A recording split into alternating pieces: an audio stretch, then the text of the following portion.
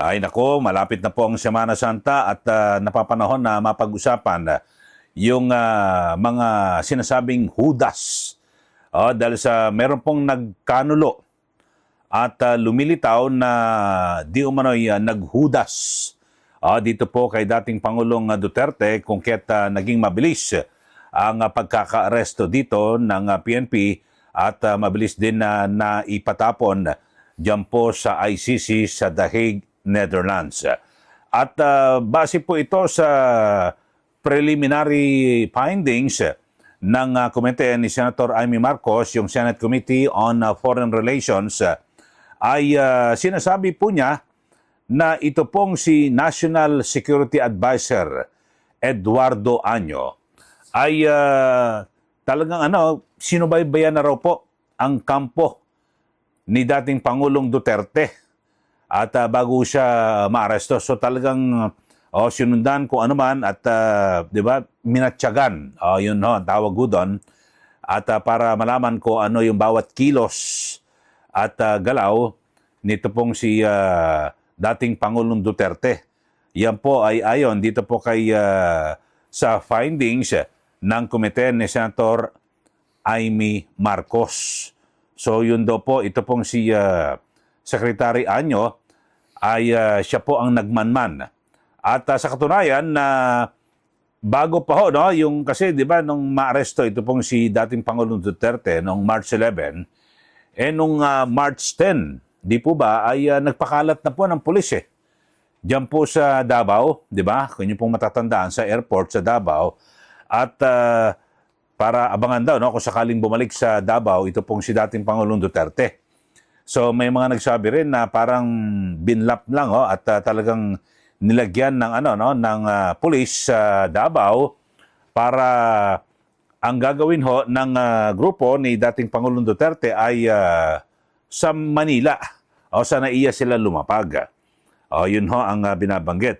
Pero ito, balikan natin, baliwanag po, binabanggit po ng komite ni Senator Amy Marcos na talagang ito pong administrasyon ay nakapagsimula na ng preparasyon bago pa ho mangyari ito hong March 11 na pag-aresto sa dating Pangulo.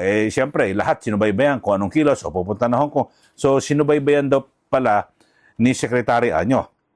So, kaya dito ay yung maaaring maging persepsyon ng marami, lalo na po yung mga taga-suporta ng dating Pangulo, tila naghudas at ipinagkanulo ni National Security Advisor Eduardo Año itong kanyang dating boss. Kasi para sa kaalaman po ng ating mga taga-subaybay, ito pong si Secretary Año na kasalukuyang National Security Advisor ay dati po siyang kalihim ng Department of Interior and Local Government o DILG mula 2018 at hanggang 2022 sa panahon po ng Duterte administration. Siyempre bago dyan, naging general po yan ng Armed Forces of the Philippines at dyan po sa Philippine Army. So dati niyang boss, ito pong si Duterte. At ngayon ay sabi nga ho ng findings ng komite ni Senator Amy Marcos, sila po ang nagmanman sa bawat kilos at galaw ng kampo ng dating Pangulo. So, ang implikasyon niyan, parang naghudas siya. Kung sabagay, hindi niya na amo. Hindi niya na boss. Ito pong si dating Pangulong Duterte dahil sa nawala na po siya sa posisyon. At ang bagong boso ni Secretary Año ay itong si Pangulong Marcos Jr. So siguro yung kanyang pagiging tapat sa tungkulin ay inilipat niya na siyempre dito po kay PBBM. Pero siyempre sa panig po ng mga taga-suporta ni dating Pangulong Duterte, pero parang masakit ho ito, no? At parang ipinagkanulo ka ng dati mong tauhan o kasamahan sa gobyerno. Ayun. At bukod ho dyan, mga kababayan, ay binabanggit din nga po ni Senator Amy Marcos na talagang grabe ho yung nangyari mga paglabag at hindi po naibigay yung karapat-dapat na karapatan ni dating Pangulong Duterte. O yun po ang binabanggit ho rito sa findings. At eto ay inamin po ni Senator Amy Marcos na tila nagalit daw po sa kanya ang Pangulo dahil sa yung ginawa niyang investigasyon at doon po nabunyag at nagkabuhol-buhol yung mga paliwanag, pahayag ng mga opisyal ng gobyerno, yung DILG Secretary, DOJ Secretary, National Security, PNP. Pero sabi po ng Senator Amy, hindi ko naman kasalanan na ganun yung kanilang mga isasagot. Yun ho, mga kababayan, kung sa bagay, talagang paminsan kapag talaga nagsisinungaling ka, di ba? Ang hirap perfect yan ang iyong mga sasabihin at talagang kahit pa paano ay mauhuli at mauhuli ka sa bibig. Ayun ho, mga kababayan. At sinasabi ho ni Senator Amy na talagang matagal na raw po silang hindi nag-uusap ng Pangulo. At kung kaya't talagang meron pong may umaharang daw kapag magtatangka na kausapin ng personal o masinsinan, dalawa lang po sila, wala po, hindi po ito nangyayari dahil sa may mga humaharang. At bagamat ayaw pong sabihin ni Senator Amy kung sino ang humaharang para wag magtakbo o magkita, magtagpo ang magkapatid. Yun ho. Kasi yun, umaasa naman si Senator Amy na siguro sa mga susunod na pagkakataon ay magkakaayos din sila ng kapatid. Pero dito ho ay marami pa rin ang may question sa motibo ni Senator Amy Marcos. Katulad ho itong si Attorney Salvador Panelo na kung saan ay binabanggit niya na kung talagang totoo na ikaw ay kumakampi na sa mga Duterte, kasuhan mo yung mga opisyal ng gobyerno na kung saan ay lumabag sa karapatan at hindi na ibigay yung due process kay dating Pangulong Duterte na siyang mga umaresto at nagpatapon doon po sa ICC sa The Hague, Netherlands. At bukod ho dyan, sabi po ni Atty. Sal Panelo, ay kasuhan mo ng impeachment ang iyong kapatid na si Pangulong Ferdinand Marcos Jr. para magkaalaman at siyempre mas maging kampante yung mga taga-suporta ni dating Pangulong Duterte na talagang kakampi ka na. Ayun ho. So, abangan ho natin kung ahantong ho ba ito sa pagsasampa ng impeachment mismo ni Senator Amy Marcos para po sa kanyang kapatid na Pangulo na si Pangulong Marcos Jr.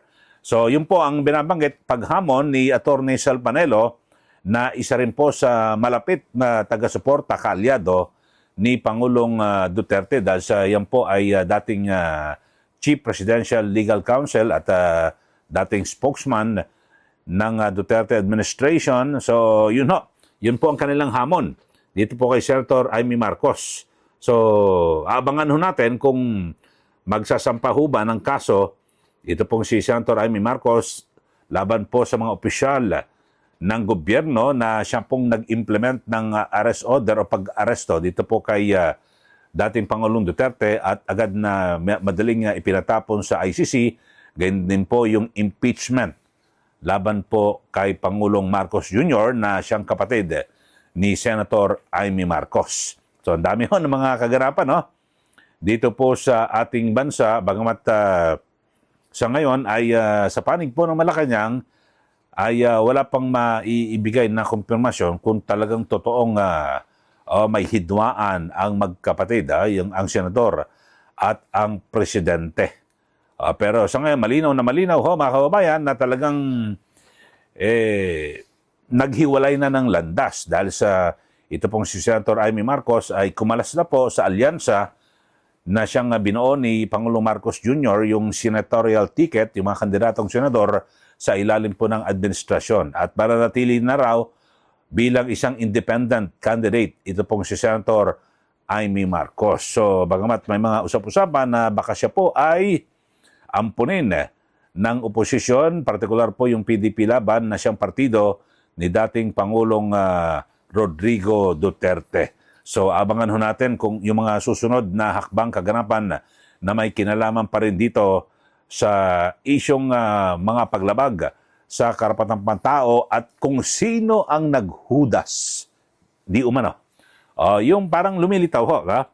Hindi natin masasabi na direkta dahil sa ito pong si Secretary Anyo ay nasa ilalim na po ngayon ng Marcos Jr. Administration bilang National Security Advisor. At siya po ang sinasabing nagmanman, sumubaybay sa bawat kilos ng kanyang dating boss na si dating Pangulong Duterte kung kaya't naging mabilis din yung pagkaka-aresto sa kanya.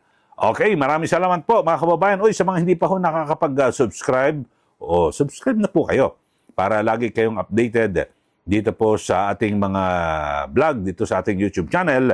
At tayo po ay nagbibigay naman ng mga paliwanag at siyempre, inihahanay ho natin at meron ho tayo laging mga basihan. Itong komentaryo natin, ang pinagbasihan natin, yung preliminary findings ng Senado, partikular po ng komite ni Senator Amy Marcos, yung Senate Committee on Foreign Relations. Maraming salamat po. Muli, ito po si Kylie. Magandang araw po sa ating lahat.